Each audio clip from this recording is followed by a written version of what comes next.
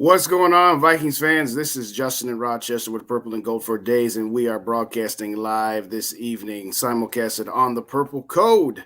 How's everybody doing tonight? Get those comments into the chat first and foremost. Let me know how y'all doing. What y'all think of that destruction of the Seattle Sea Chickens? Oh, Pete Carroll, he's going to have something for them 49ers. He ain't have nothing. You had one good half. SK is going to join me here shortly before we get started. There he is right off the bat. How's it going, SK? Man, was I sitting on camera by myself for a second? I felt like I was. Nah, I got you. You're a little choppy, but we all good. What's going on with you, man? How you doing? Man, I am relaxing, getting ready for the game tomorrow. I had a rough night last night, partying with all the Vikings fans out here, so we got to do it big. We got to make it a weekend thing. So yeah, man, just relaxing, getting ready for the game tomorrow, and this purple paradise behind me, man. So where are you at? Yeah, I am. I'm in Stillwater right now I'm at Sir Death's house. So a lot of people may know him from the VWO. Sir Death is a guy you always see down on the field with the big horns and the mask and everything. That's Sir Death. So this is his man cave. There you go. It's not a cave. It's a like I said, it's a purple paradise, man. It's awesome. So, I'm really Vikinging it up, I guess you can say.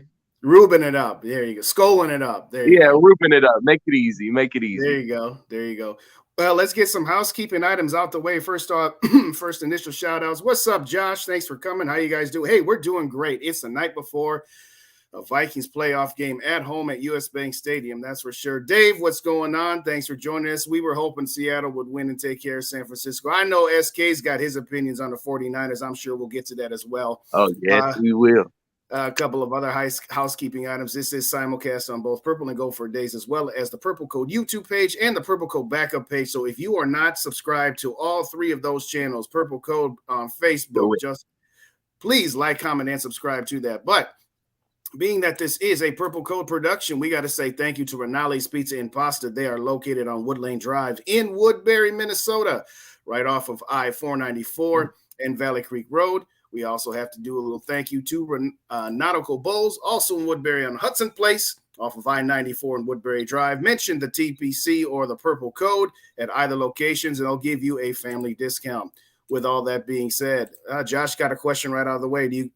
Do you guys think with how well Shelley and Peterson are playing, they will let them play more one-on-one and bring some pressure tomorrow? Well, that's one of the things we were going to get into, so let's just get right off the bat here. What do you think the defense is going to do? Is that Donna Shell going to get out of his shell and actually let the guys man up, or what are you thinking, SK? I mean, he's been talking all week saying, you're going to like what you're going to see out of this defense. So I want to believe him. I've been wanting to believe him all year. But one thing I can say about just this team overall, especially the defense, I'll say particularly the defense as well, is that we got a chip on our shoulder. Yes. We're 12? No, not 12. 13-4 football team with a chip on their shoulder. That's a very dangerous team. All we've been hearing this week, and the pick's about 50-50, but all we've been hearing this week is the biggest possible upset of the weekend is going to be the Giants over the Vikings. Mm-hmm. Giants over the Vikings, Giants over the Vikings. And we've heard the Kirk Cousins kind of spiel, and it's been more on the Stephen A. Smith side, guys that you can obviously tell that don't watch the games and just kind of follow with the national narrative. So all they've been talking about is this defense. This defense, and rightfully so. The defense has been absolutely atrocious this year. So I'm banking on this team and this defense having a chip on their shoulder and us coming out and playing aggressive and actually hopefully getting our first blowout win tomorrow. Well, I'm going to say this. If not now, then when? Okay. If not now, what are you saving it for? I said it early on in the season. Maybe Ed Donatel has figured out, hey, I've only got so much on this defense. I've only got so many bullets to fire, so to speak. And maybe he's always just saving his blitzes for the fourth quarter because he's thinking, hey, this is all I got. I better not shoot all my bullets off at once. If you've been saving it for this long, well, okay, fine. Show me something. Come out there tomorrow and blitzkrieg the heck out of this, first-time quarterback. I mean, make him look like the Chargers, frankly, have made football Fabio look. I mean, 3 interceptions in the first half. We can get to that game in a minute as well. No, but it was 4. It was 4 interceptions. 4? Did I miss? Apparently, I missed one because at some 3 point, of them went to Asante Samuel. Right. Think 3 of them. Same Asante Samuels that picked off Tavares Jackson in 2007. That's how far back that guy. That guy's still in the league, huh? But anyway. No. That's his son. That's his son. You're kidding me. That's his son, Asante Samuel Jr. That's his son. That's unbelievable. That being Shows said, how old we are.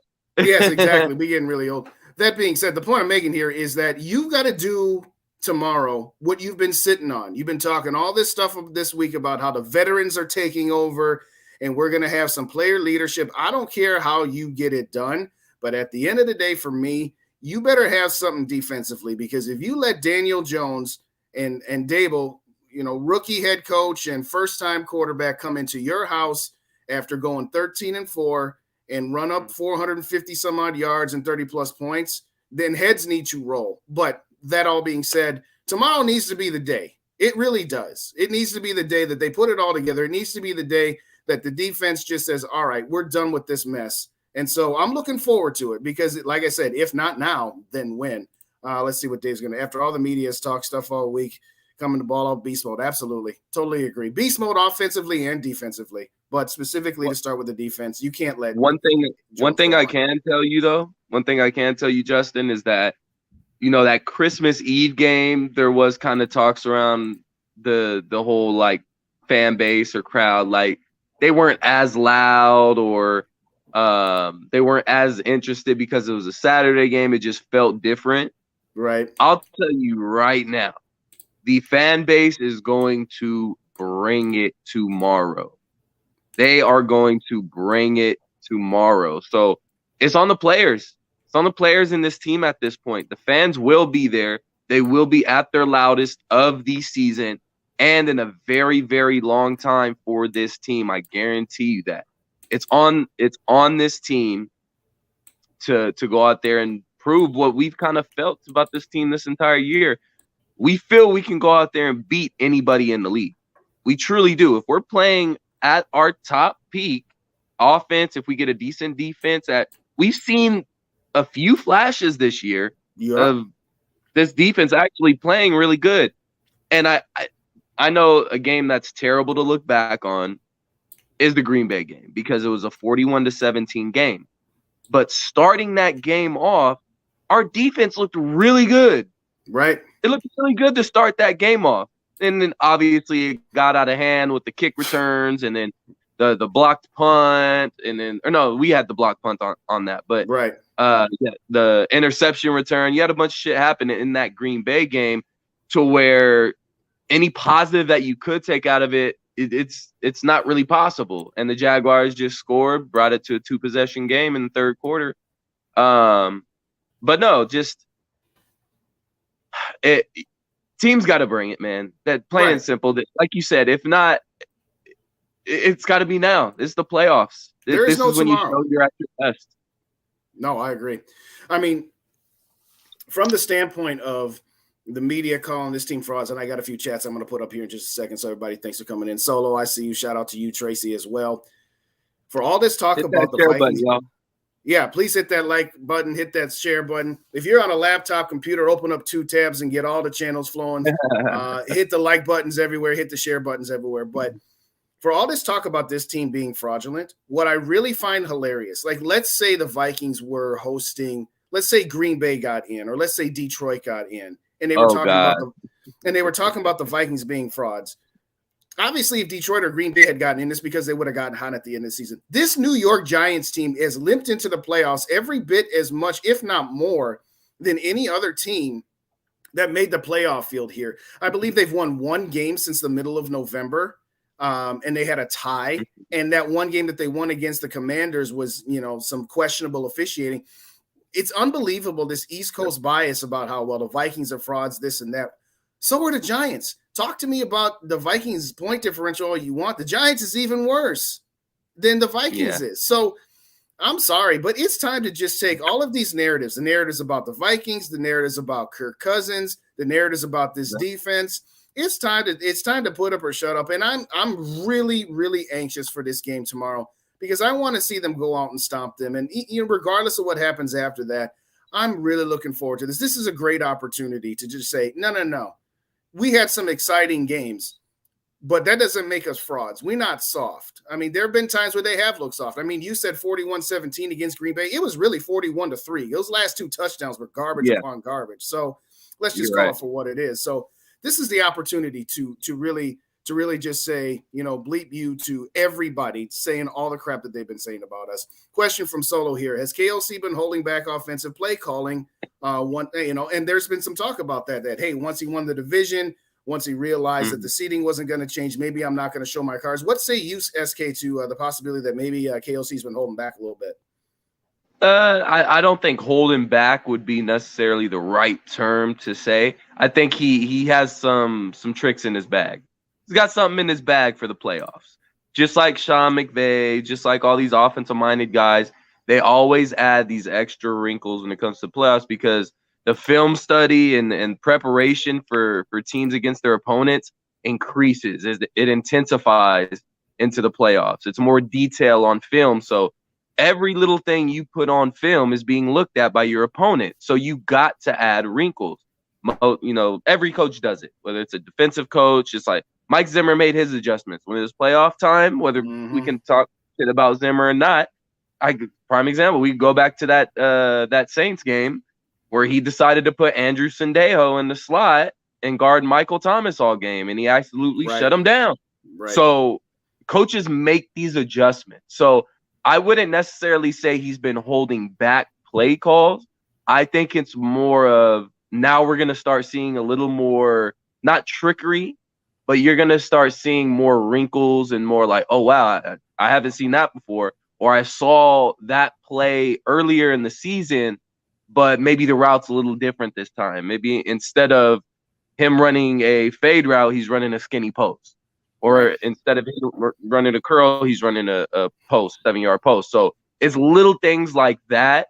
So you can't necessarily say holding back play calls. It's more of waiting to add those wrinkles to when things get intense and film study in between games during the playoffs gets very, very detailed, then that's when you get those wrinkles. So, but I can see where Solo's coming from. I wouldn't say holding back play calls, though. Yeah, I think that some of the question from the standpoint is that he was very, very creative in the red zone for the first half of the season with his play calling, and it's gotten rather vanilla. I am really sick of seeing Dalvin Cook run right up the middle, both in the red zone and out, but in the red zone specifically. I said it on my show the last 2 weeks, but this week in particular on Skol for Days with Dave, Mike, and Kyla this week, I'm more interested in – I'm not saying that Alexander Mattison should be the RB1 and that we should just kick Dalvin Cook to the curb. That's not what I'm saying. What I am saying is that much like Robert Smith and Leroy Horde had their roles where Robert Smith was the definitive one and Leroy Horde was the definitive red zone / goal line back, I think Alexander Mattison in the run game needs to be utilized a little bit more. Right now, it's a 4-to-1 ratio. Alexander Mattison had like 74 carries to Dalvin Cook's 276. I think there needs to be a little bit more Alexander Madison's way, particularly in the red zone. I mean, again, it was against Chicago's junior varsity squad last week, but you showed that he had a little bit more of a bowling ball mentality to get into the end zone. And I'm sorry, if you're going to do Dalvin Cook in the red zone, then do some sweeps or do some pitches or something. But if you're going to run right up the middle, go with Alexander Mattison. What say you about the running back splits here? That's my biggest concern, even more than the defense, because we know what the defense is.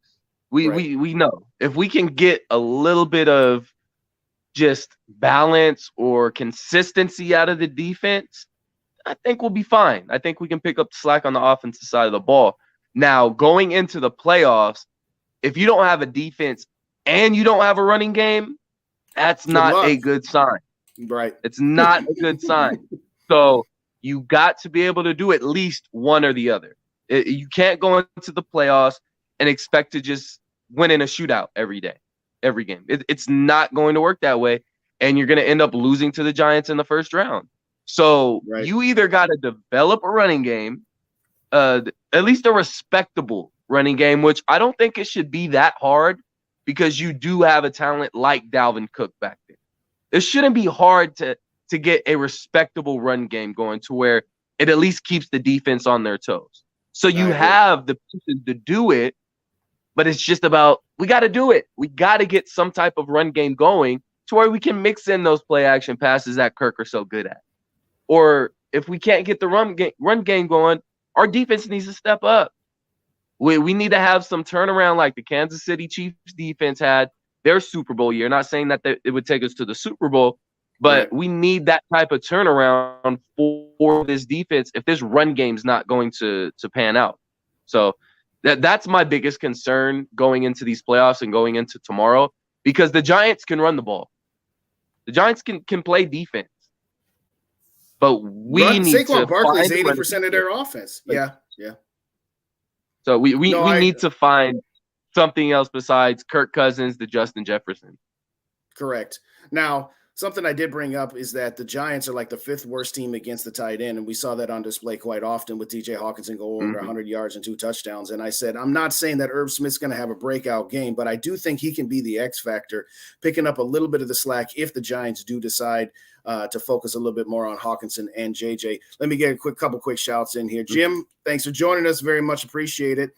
Solo had a good point. I had it up there, but if they're going to run up the middle, get behind CJ Ham and the jumbo package, I agree.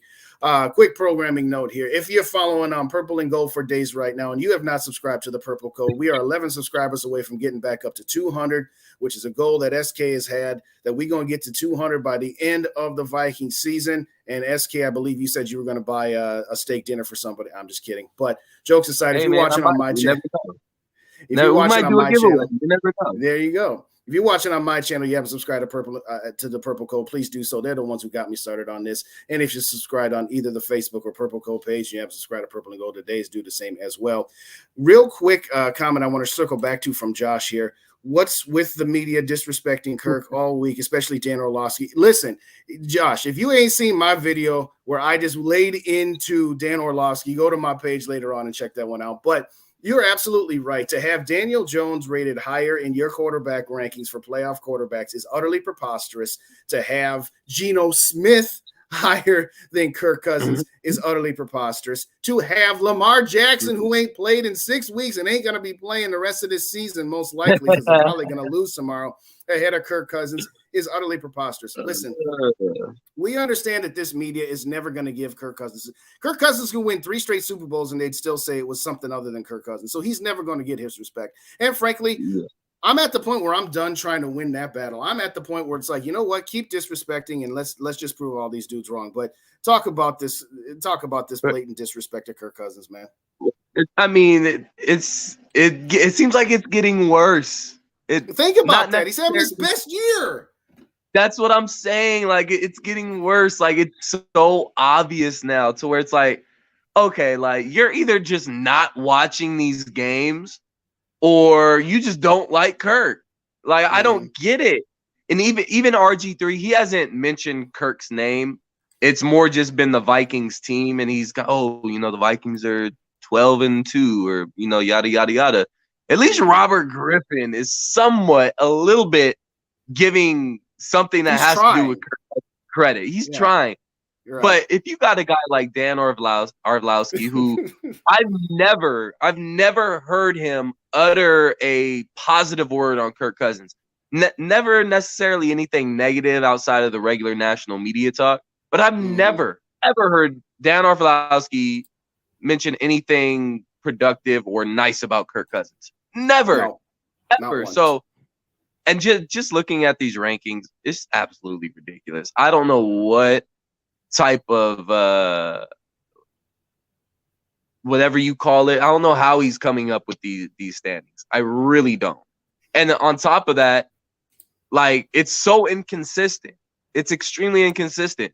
You got a guy in, as much as I don't think Brock Purdy is going to be the guy that's going to lead the San Francisco 49ers very far, Dude threw for like 4 touchdowns and 350 yards today, and he has him as his last spot on that list. I think he has Brock Purdy as the last quarterback in the playoffs. So, are you basing that on experience or playoff experience? Are you basing that on the play you've seen thus far this season, the career play? What are you basing that off of? So, it's just so obvious, the hate and the disrespect, to where it's frustrating. But as a Vikings fan, you just got to kind of accept it, because it's not just Kirk Cousins, it's the Minnesota Vikings. Minnesota Vikings will never be respected by national media until we win a Super Bowl. Never. And we'll never be respected. And even then. So it's just so ridiculous, the hate that Kirk gets. But you know what? I look at it as, if he does find a way to pull this off, it doesn't have to be this year. It could be another year for the Vikings. If he finds a way to make that happen, it'll be that much sweet. It'll be the chef's kiss if he's able to pull that off, and you can just shove it in all those national media pundits' face. And there's nothing they could say about it. Super Bowl win, Kirk Cousins MVP. I would love that. Nothing more than Kirk Cousins to win it, take us to the Super Bowl and win Super Bowl MVP. So we don't have to hear about this shit year after year. But it's just extremely disrespectful. No, it is. I mean, the first time that you and I actually did a show was, I believe it was Wild Card Weekend last year. So it's about a year ago. Actually, it's last week. Yeah. But whatever. The point is that we did about 45 minutes in-depth analysis of Kirk Cousins, good, bad, and ugly. Tried to stay objective about it, about what he was and what he wasn't. Now, mind you, at the time, it was coming off of 4 years of the Vikings going to the playoffs once after coming off an NFC Championship game. Kevin O'Connell wasn't in the picture yet, and this version of Kirk Cousins wasn't in the picture yet.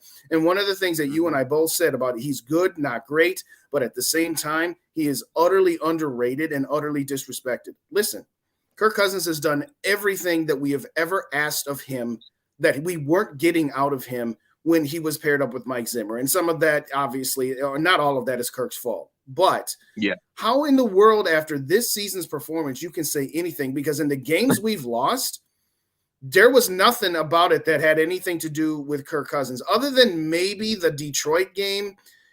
I could say maybe there was a couple things, but it still was like 5 or 6 on the list, like the jump pass, like the going forwards here and there, and the strategic thought process of Kevin O'Connell. But what are you going to say about Kirk Cousins in the Dallas game? Nothing. What are you going to say about him in the Eagles game? Nothing. The Packers game, okay, not much. I mean, the pick 6, I'll give him that. But by and large, this guy's been clutch. This guy has made mistakes from time to time, and he's come right back from them. Yeah, 8 game-winning drives this season. What else do you want? I don't know. I mean, I said this the other day. I'll tell you this: if that was Derek Carr, that put up 8 game-winning drives, or Tom Brady that put up 8 game-winning drives this season, there would be a huge just jerk off of whatever quarterback that was on every social network, every sports network. So it just goes back to the hate of Kirk. It's fucking ridiculous, dude. It's annoying. It's straight up hatred, and it's straight up disrespect.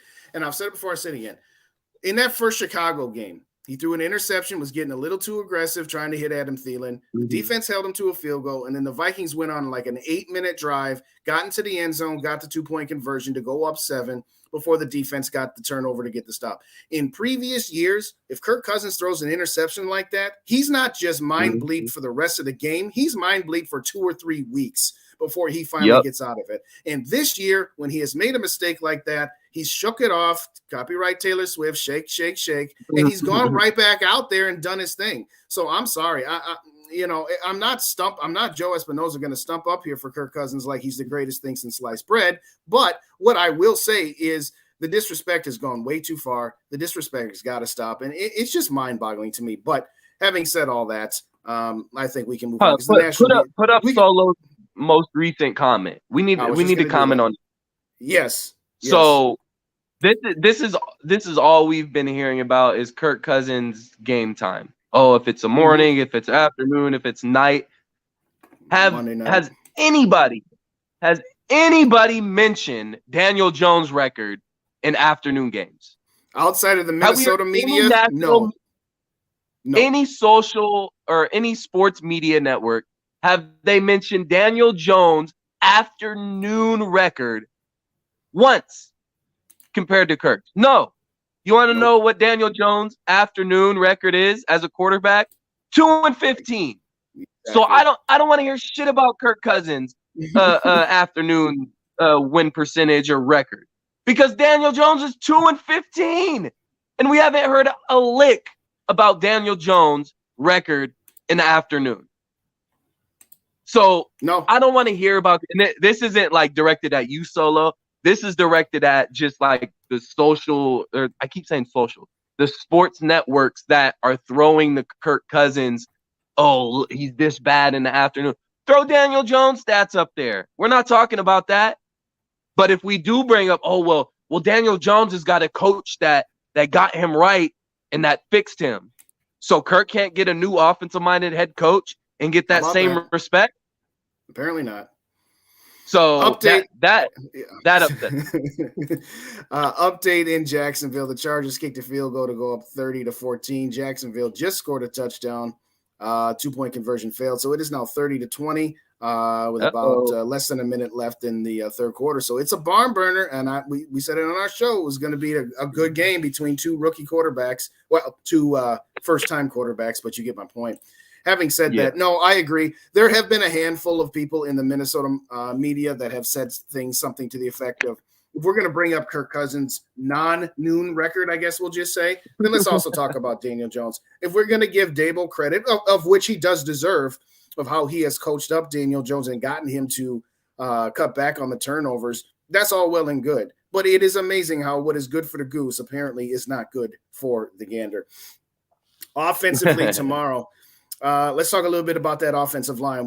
It's been made pretty clear that Garrett Bradbury is going to take over at the starting center position. Oli Udoh has looked competent at right tackle, and maybe the bar was extremely low with how god-awful he looked as a guard under Mike Zimmer and company. Mm-hmm. But the injury to Brian O'Neill, he's not coming back. The cavalry's not coming. Oli Udoh looked decent last week against the remnants of the Chicago Bears that did not care about that game whatsoever. But having said that, what are your thoughts specifically on the offensive line, SK? I mean, Bradbury, obviously a big boost getting him back. I don't like bringing guys back right off the not injury report, but he had 2 days of practice? Yeah, only 2 days of practice. Yeah, and we're throwing him into a playoff game against Dexter Lawrence and I believe Leonard Williams, if I'm not mistaken. So that's a lot to ask from Bradbury. So that's a big worry for me. And then obviously Oli Udoh is going to be matched up against Thibodeau a lot in this game. And we've seen Thibodeau take over games. He took over the game against Washington for them to beat Washington. And there's a few other games where he had really good games, I think against the Colts and maybe one or two other games. But their strengths on the defensive line is where we're weak right now. So that's what scares me. That's what definitely scares me. Hopefully Bradbury comes back and doesn't really skip a beat. And hopefully that back injury isn't something that's serious that we need to worry about long term. But no, it's definitely a worry, specifically because it's the Giants' defensive line and their strengths are going up against our weaknesses right now. Yeah. One of the biggest concerns that I had after the Buffalo game was, the adjustments to the adjustments, and they did not adjust against the Dallas Cowboys. The offensive line got absolutely smoked. They did a halfway decent job for some of the games to adjust for that. Tomorrow, they're going to need to do the same thing. I know Kevin O'Connell likes to be a 3-wide receiver, throw the ball, and all that good stuff. He's going to need to make sure that he keeps C.J. Ham in there, keep the running backs and the tight ends in there. We still got Christian Darrisaw, and that's all well and good. And it's one thing when you have two stalwart tackles, but you don't have that tomorrow.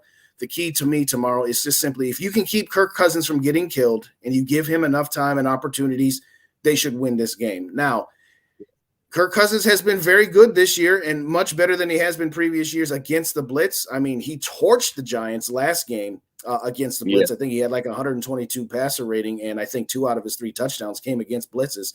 So he was able to navigate that rather well on that game-winning drive. It was 3rd and 9, and they brought the kitchen sink on that blitz. I mean, I think they brought like 7 guys on that blitz. Yeah. And one thing I really liked about that play from Kirk was Jefferson wasn't open yet. He hadn't even made his break yet when he let that ball go, and he just put it in an area that he knew JJ was going to get to for a 17-yard first down gain.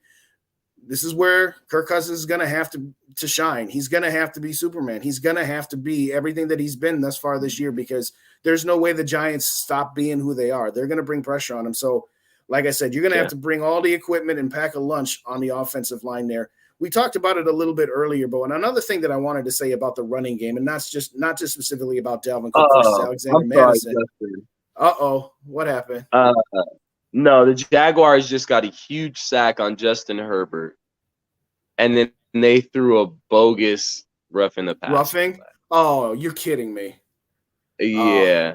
I'll have to go back They said it was like a late throwdown. They threw him down late because are you really one of them? Yeah, they sacked him. They sacked him, but he wasn't brought down to the ground yet. One of those they blew the whistle type things, and they kind of just shoved him down, and they threw the flag. So that gives them an automatic first, and they'll be at about the 50-yard line.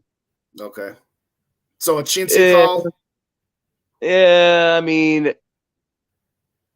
I guess you can see why they threw it. The defense could have been a little bit smarter in that instance, but Herbert flopped a little bit. But no, yeah, they're at the 45 right now. But I don't know. Okay. You can tell these Chargers are getting tight right now.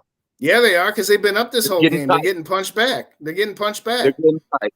And as much as I hate to say it, because I have nothing against the Chargers, they're known to give up leads, and they're known to have heartbreak, just like the Vikings are. They are the clone of the Vikings. They were this. They are what the Vikings were last year, except they won a couple extra, but they still got that mentality. They're just going to keep giving it up.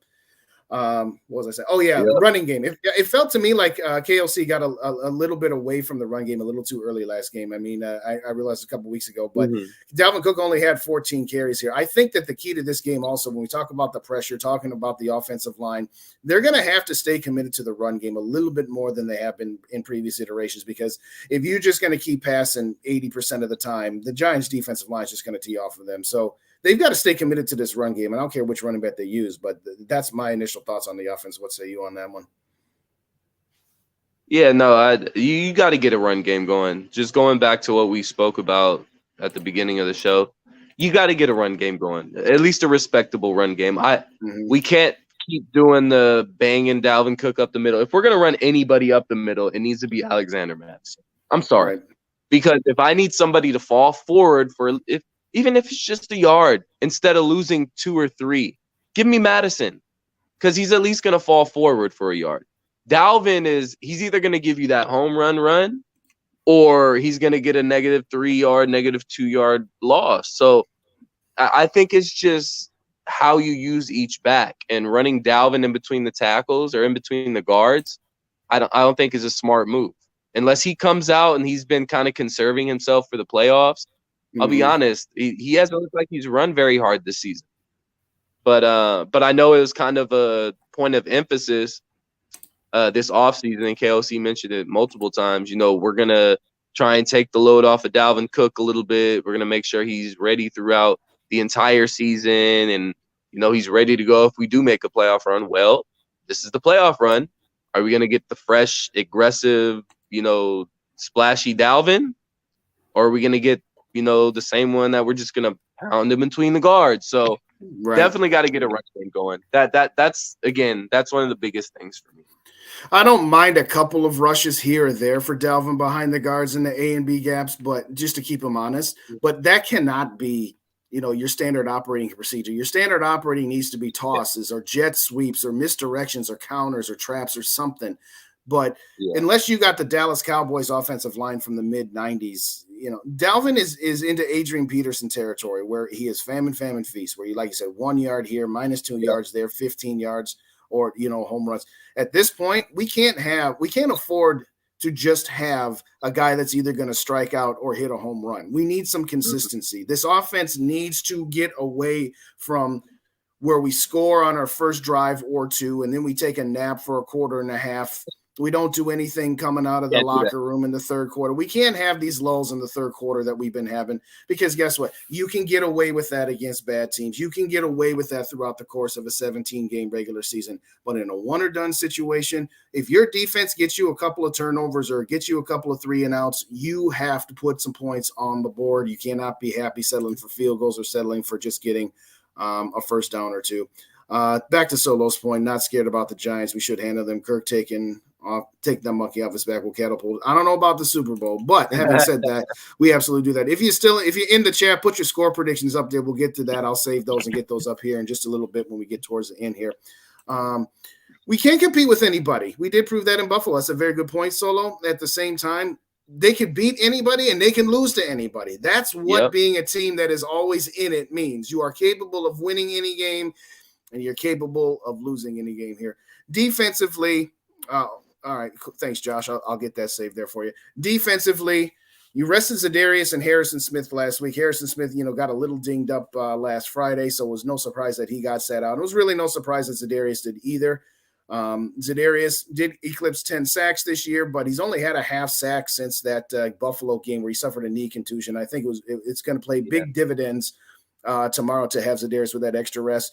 What do you see defensively as the big key? Because for me, it's just shut down Saquon Barkley and let the chips fall where they may with Daniel Jones. Shut down Saquon Barkley. Make sure you got your rush lanes covered to where you can't let Daniel Jones escape, because he's not going to beat you with his arm all by himself. He might be able to if he's got Saquon Barkley to lean on. So you take Saquon away from him. This should be a game where the defense can shine. What do you think of the keys to the defense there, SK? Yeah, no, I mean, I think that's a given. You're playing the Giants. You're playing Saquon Barkley and Daniel Jones. Your number one priority is obviously Saquon Barkley. Now, I think to go along with that is you cannot let Daniel Jones get the burners on you. You cannot let him use his feet against this defense, because I'll be honest, that we can talk all the shit we want about Daniel Jones, but I've seen Daniel Jones lead his team down the field for a game-winning touchdown. Mm-hmm. And I've seen him do the majority of that with his feet. That's where he does his most damage, is when he's moving around. He's able to crack off some 10, 15-yard runs. You can't let him do that. He's gonna get his in the air, just like we give it up to any quarterback, in the NFL. he's gonna get his in the air, but you cannot allow him to be productive in the air like he was in the first game, and also allow him to kill you on the ground. So run game, just in general, not just Saquon Barkley, also Daniel Jones. Stop the run, period. No, and the Vikings have traditionally struggled, particularly this season, against mobile quarterbacks and their legs. It's very frustrating. I'll never forget the game where Za'Darius Smith against the Bears early in the season was just absolutely one-on-one, barreling down against Justin Fields, and he just had to just shimmy shake once. And luckily that the touchdown got called back via penalty, but he made Za'Darius Smith look silly out there. And so, again, the Vikings are going to need to be on their P's and Q's to make sure that they stay in their rush lanes and stop Daniel Jones from getting outside contained, because that's where he can be the most dangerous. Let's see here. Do we have any updates on the game there? Nope, it's still 30-20 with about, 12 minutes left to go in the fourth quarter. Yeah. So Chargers are in Jaguars territory. It looks like they're at about the 35, maybe. Okay. So it looks like they might be getting a field goal. It's 3rd and 4 right here. So it looks like they might be getting a field goal out of this. So, but still make it a 2-possession game. Jaguars still make the comeback. Oh, got the first down. I said if they get a touchdown here, it's probably a wrap. Probably a wrap. Yeah, probably a wrap if they get a touchdown here. Real quick, since you live out in Cali, what do you think of that Seattle-San Francisco game earlier today? I kind of knew what it was. I was surprised Seattle made it a game in that first half. But again, this goes back to Brock Purdy. You guys watched the beginning of that game, right? Mm-hmm. Did we all watch the beginning of that San Francisco game? Pretty sure we did, yeah. He looked I saw mediocre. I saw two missed interceptions. One of them should have been a pick six. Dropped. Yep. So I don't want to hear this Brock Purdy and the 49ers are just some unmovable, unbeatable force. They're not. The 49ers are beatable. They're going to give you opportunities, but you got to take advantage of those opportunities. I don't want to get on some rant about the 49ers because we got to take care of the Giants tomorrow. That's true. That's very true. I'm not looking past the Giants, but I kind of seen it. I didn't think it was going to be that bad. But no, I kind of seen the 49ers, putting away the Seahawks pretty easily. So, yeah. I'll say this, whoever that may be, it's real simple. Brock Purdy is the ultimate example of being schemed and coached up. Okay? Oh, yes, absolutely. I mean, there was nothing special about what Brock Purdy did today. I'm not going to take away from his performance because it's not, he went out there and he balled out. He did what he was supposed to do. But that team is eminently beatable. You just have to not let them get big chunk plays, because if you force him to go, 7 to 10 play drives, I'll take my chances with that. But when you just throw past the Deebo Samuel for 5 yards and he just a bubble screen, I mean, come on. I'm like, dude, yeah, Seattle played a perfect first half for the most part. It was a ridiculously dumb penalty at the end of the first half that allowed Seattle to get that field goal. And Seattle's defense held them to a field goal coming out in the third quarter. And then Geno Smith had to go Geno Smith on the bit. But, the floodgates really opened for him after that. So it did look worse than what it did for the first three quarters. But you're right. That momentum got shifted, and it was ball game at that point. Well, they're beatable. I'll put it in the sense like this. Again, I don't want to get too far on this San Francisco thing. Right. Say we find a way to beat the Giants tomorrow. This is the matchup. You got Kirk Cousins, Minnesota Vikings, the 13-4 Minnesota Vikings, coming off a playoff win against the New York Giants, traveling to a beautiful, sunny San Francisco, California. More than likely going to be an afternoon game unless they put it at night. They might put it at night. They probably will, because it'll be the – oh, no, they might not. Who knows? But Kirk Cousins, the 13-4 Minnesota Vikings, number 3 seed, going into beautiful San Francisco, sunny. Oh, Chargers missed the field goal. Still a 10-point game. Oh, it's still a game. And the San Francisco 49ers, which granted, very good defense. Now it's looked kind of suspect for a few weeks back. Looking kind of suspect. That Raiders game, the first half in this game, it's looking a little suspect. And a rookie third-string quarterback in Brock Purdy. I'm gonna take my chances. I'll take my chances. I'm sorry.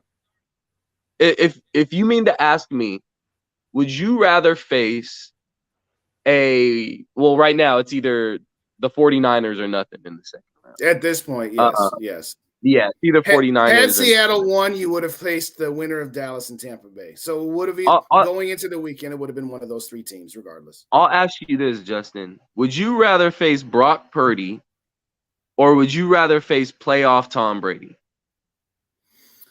I would rather face playoff Tom Brady because it would be in our house, and because the reason that Brock Purdy is as halfway successful as he is, regardless of the fact that he's just driving the car, is it's a dang good car. And I said this to you when we did the post game after the New Orleans Saints game in London, the double doink.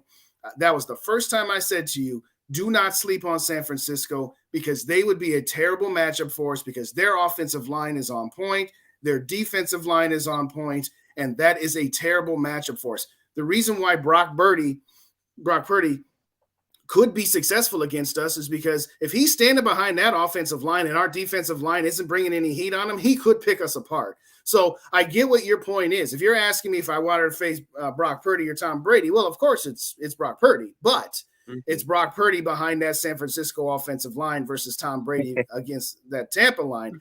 I would take Tampa at home just because it's a home game, and I figure that would always be the one that's going to end all be all. But I get your point.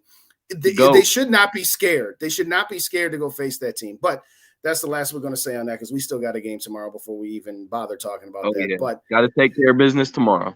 Got to take care of some business. We're going to wrap this here in about 5 minutes or so. So if you got anybody else want to put a score prediction up in there before we get up out of here, because we're going to watch the last few minutes of this game here before we say goodnight.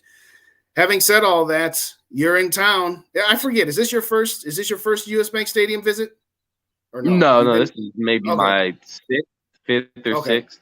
All right. First playoff game. First playoff game. All right, fair enough here. What do you think is going to be the ultimate outcome? I mean, let's just get right to it. What's your score prediction? Where do you see this game heading? I shouldn't be saying this, man. I honestly, I'll be real. I haven't even thought about it. Now, before I got out here, I was thinking, all right, no Brian O'Neill. I got Thibodeau. Are we going to have Bradbury at the time? What's going to be the deal? This is kind of off the cuff for me. This is just free. I'm freestyling. I think we're going to get our first blowout win. I think we get our first legitimate blowout win tomorrow. And for the simple fact that all we've been hearing this week, like I said earlier, is how the most likely upset is going to be the Giants over the Vikings. Giants over the Vikings. Giants over the Vikings. Kirk Cousins and the Vikings defense and the Giants and Brian Dable and the amazing job he's done with Daniel Jones and blah, blah, blah, blah, blah. That's all we've been hearing this week. Yeah. That's all this team has been hearing this week. I sense an attitude not only from the players, but from the coaching staff in their press conferences this past week. So I think with all those added motivation pieces and just seeing how it upsets this team and this coaching staff, I think we come out and we make a damn statement tomorrow. So I'm going to say we come out on top 38-17. 21 points. I like it. I said 35-21. And I started that on Monday, and I stuck with it. I'm not going to be one of those people that gives 5 different predictions on however many different shows I do. But I said it like this. This team is better than the Giants. The Giants are a cute little story, and they're an up-and-coming team, and they're going to be around for a while with Coach Dable. He's been a phenomenal first-year head coach, every bit as good as Kevin O'Connell, and I would even surmise, and I don't want to get into the discussion because I had enough of that with Rap Dave and Mike yesterday. I would actually, if you ask me between Dable and O'Connell, I would give a slight edge to Dable because he had a little bit less to work with. You know, he doesn't have a Justin Jefferson and then Dalvin Cook and Zadarius Smith and Danielle Hunter. Yeah, he's got some pieces on defense, but they're a good team and they're going to be around. Hats off to them. But they are not better than you. Okay, if you play not this year. If you play how you are capable of playing, I said this is the week that they finally put it all together. This is the week where the defense. I said that it was going to be 35-14, and the Giants will score a garbage touchdown at the end to make it a 14-point game. This is the game where you need to get up early, and you need to be in control the entire game. And if you don't, then you are going to have to face the music. Either if you win a close game or if you lose, you're going to have to face the music about being frauds. Because guess what? If you win a close game, they're still going to call you frauds. If you blow out the Giants, they're still going to call you frauds, and then they're going to start finally saying what they should have been saying all week, which is that the Giants were frauds. But having said all that, you can't control what anybody else says. You can only control what you can go out there and do. And for me, go out there, play your game. As Coach Herb Brooks would say, just play your game, and you should win this game rather comfortably. There are no more excuses. There are no more, but this, or hey, something about this, that, and whatever else. This is it. So, again, my score prediction is 35-21. The Vikings will go out there. They will finally get their win. And then we will be talking all week, having all kinds of shows about how we're going to find a way to take out the 11 win in a row team in San Francisco. That's where I'm going with. A couple of people had those shows are going to be entertaining as hell if we do have a matchup with those 49ers. Did you catch the show? Did you catch the show on Rap's channel last night? I didn't. I was I was out. I figured not. If you're bored tonight, go to Rap's channel. It was Rap and Dave and Mike and me, and let's just say it was it was a couple hours worth. I was in and out, but 2 full hours. Oh man. Yeah, let's just say that he's referred to the Vikings opponent this week as a certain item of women's clothing. He's called them the G-strings, but anyway, I digress. I know we just had a few extra people join us, so thank you kindly for joining us. This is Purple and Gopher Days and the Purple Code simulcast. This is a Purple Code production, so before I get all of the rest of the score predictions up here, we got to give some love one more time to our sponsors. But if you haven't already put your prediction in the chat, go ahead and do that. We'll get that on here shortly. But got to always say thank you to Renale's Pizza and Pasta in Woodbury, as well as Nautical Bowls in Woodbury. Mention the Purple Code. They will give you a family discount, so we thank them kindly for sponsoring the Purple Code here. Having said all that, I had Josh is up there for 31-17. Jim is in for 21-17. I don't care how much it is. I would like, it's funny. We actually had Mike had Marty Fish on in one of his spaces today, and one of the things that he ended up saying was, because the question was posed to him as an athlete, does it wear on you mentally to have all of these close wins? And he said, from his perspective, now granted, he's talking about an individual sport versus a team sport, but he was just like, we don't care.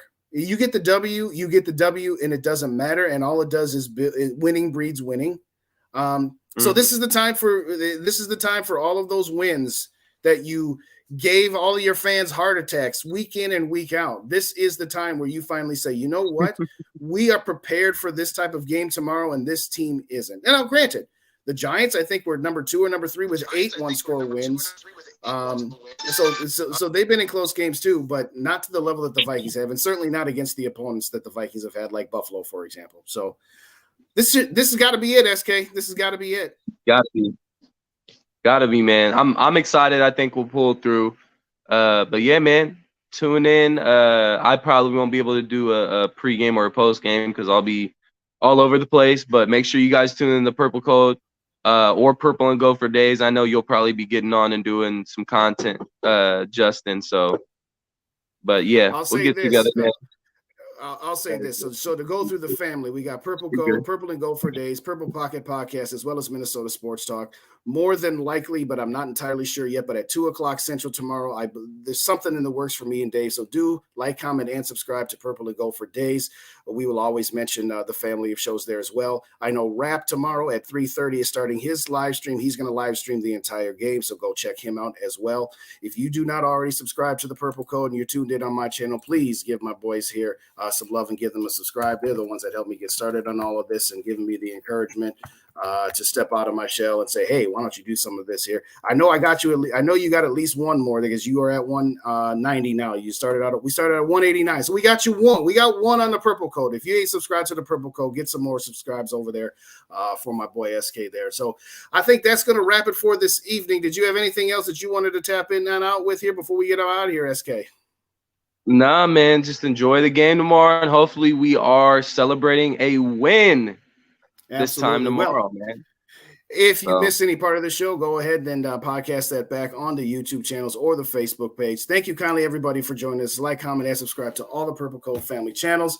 Skol Vikes, let's win this game and keep it tuned. We'll have some content for you tomorrow. Skol Vikes and good night. Peace. Take care.